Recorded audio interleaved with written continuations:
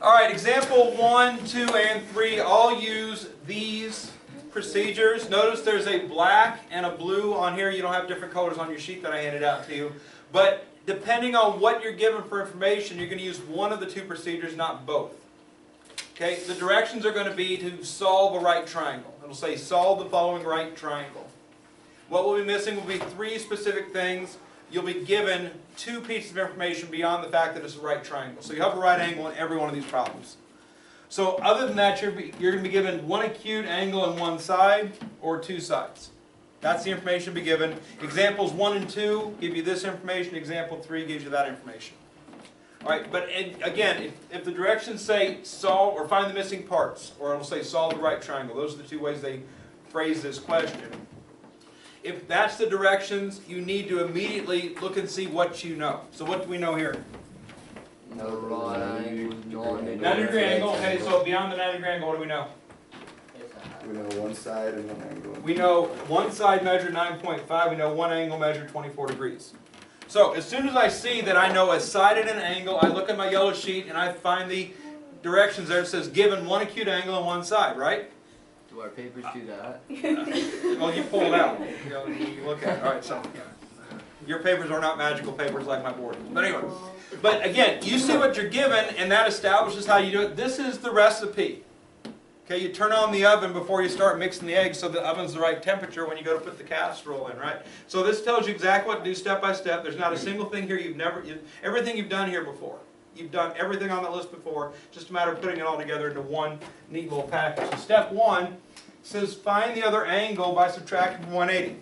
If I know that's a right angle, which is 90 degrees, and I know that's a 24-degree angle, that's the third angle of a triangle, there's 180 degrees in a triangle, we know that angle B is going to equal 180 minus the other 2 angles, so B ends up equaling 66 degrees. Okay. One thing I did not write on my list of directions on my recipe here for you, if you're doing this as a homework problem, draw the picture on your paper. And don't draw it like this. Okay? Use up some space in your box when you draw the picture, because trigonometry is not very difficult to do if you give yourself enough room to do that. So if that's your homework box, I would expect your triangle to take up about that much space in your homework box. Okay? This right here is enough space to finish the problem, so you still have some blank space there if you don't like to really fill up those boxes completely. I mean, they're not going to take up a whole bunch, but I see so many people just draw this little triangle up in the corner like that you can't even see. Get out my magnifying glass and it's still so small I can't even see it. It's ridiculous. So make sure you draw the triangle big on your paper and you mark it up with all the side measurements and everything that are on there. So obviously on this blue sheet you already have it drawn for you, that's fine. So B is equal to 66, that's done. So find the missing parts, we just found 1/3 of the answer. And all we had to do was subtract. Okay, that's easy, right? Yeah. Step 2, determine the opposite, adjacent, and hypotenuse for one of the 2 acute angles. We just established that B is equal to 66 degrees. Yeah. So now we know both acute angles. Pick one. It doesn't matter which one you pick, you'll get the right answer. 24. 24, perfect. We picked 24. That's how you do it. You pick something. You make a decision.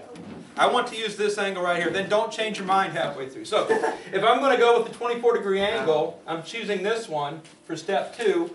The opposite side is Y because it's across the triangle. If I go across the triangle from the right angle, I get the hypotenuse, meaning that the third side has to be the adjacent side. Okay, and as we learned in lesson 43, depending on which angle you use, the opposite of the adjacent switch, the hypotenuse is what it is. But again, we picked an angle, specifically 24-degree angle, and we identified the opposite adjacent hypotenuse. All right. Step 3, write all 3 trig ratios. Now, let me just go through this real quick, just to make sure there's no misunderstanding, because I see people do this wrong quite often at this juncture. All right. It's usually fixed by the time we get lesson 50 to 60, somewhere in there. But some people mess up right now, so I want to make sure that I really pay close attention to detail on this.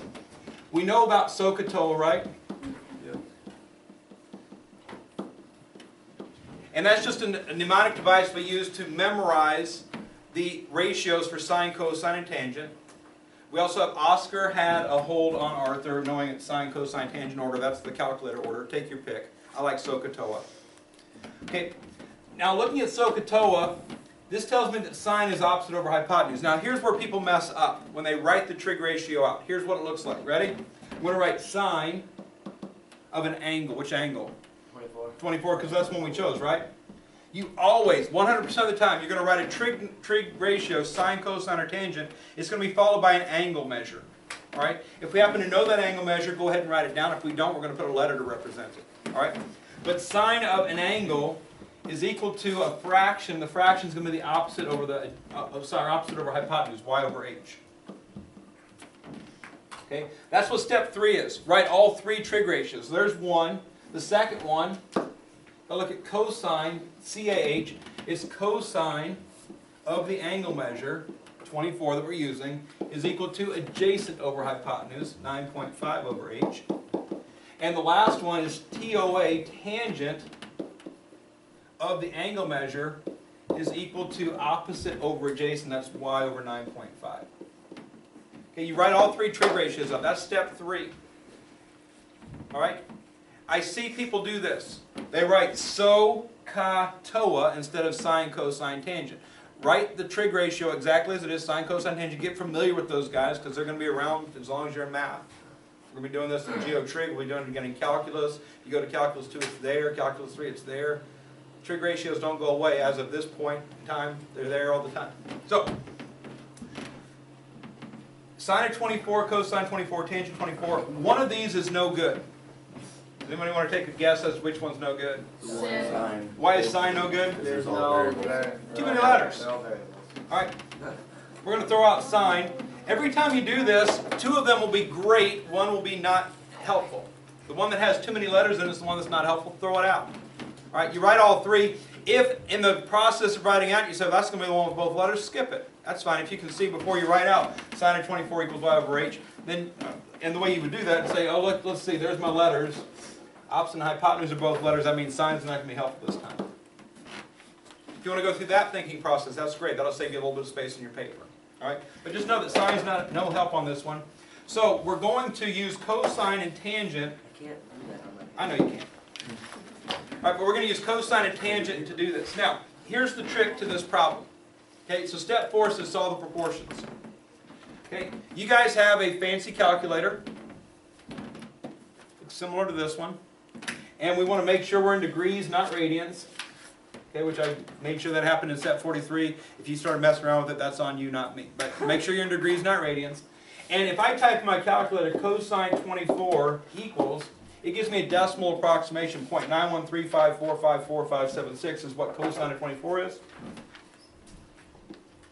So if I go 4 decimal places, 0.9135.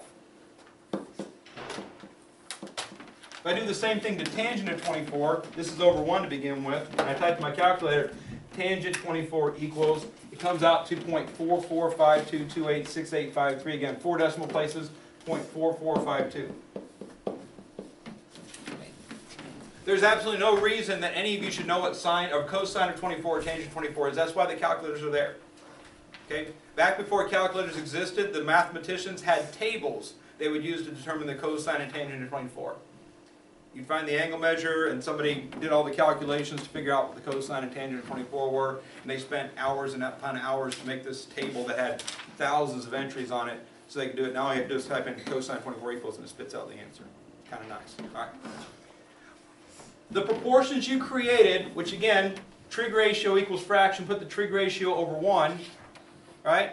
And then you got a proportion, cross multiply and you solve. So 0.9135h is equal to 9.5 divided by 0.9135. And that gets me h equals something. We'll worry about that in a second. Cross multiply this, I get y times 1 is equal to 0.4452 times 9.5. And again, we can worry about that. What that is in a minute. Y equals something. All right. All I did was proportions. Again, you've done that before. Okay, the only thing that's really new is this, writing the proportions. Okay, but again, that's something we learned, and it's a pretty straightforward idea, I think. If I do 9.5 divided by 0.9135, that gets me 10.40. Where did you get the tangent from? I'm confused on tangent. How did you set that up? Okay, I got TOA, yeah, right? No, after Right, that. I get that, right? So tangent of the angle equals opposite over adjacent. Opposite over adjacent. Every time you do a trig ratio, that's where it comes from. How did you get This to trig ratio of some angle is equal to this over this. How did you get to the... How did I get here? Yeah. Alright, tangent 24 is that. You okay with that? 1 times y equals 0.4452 times 9. That's a proportion. Alright, we're cross multiplying. Every time we get to this point, it's just a cross multiply problem. Alright, I do 0.4452 times 9.5. That comes out to 4.23. I want approximate answers every time, rounded to 2 decimal places. I want your work rounded to 4. Okay? Don't give me 0.45 here and then some other 2 decimal point approximation here. That creates a lot of error. Okay? You go 4 in your work, you go 2 in your final answer, you get a pretty accurate answer. It's going to be matching what I have on my paper. Alright? If you're an engineer building bridges, go out thousands of decimal places so you don't have cars falling through the bridge. Alright? But we're not building bridges today, so we can round 4 decimal places here, 2 right there.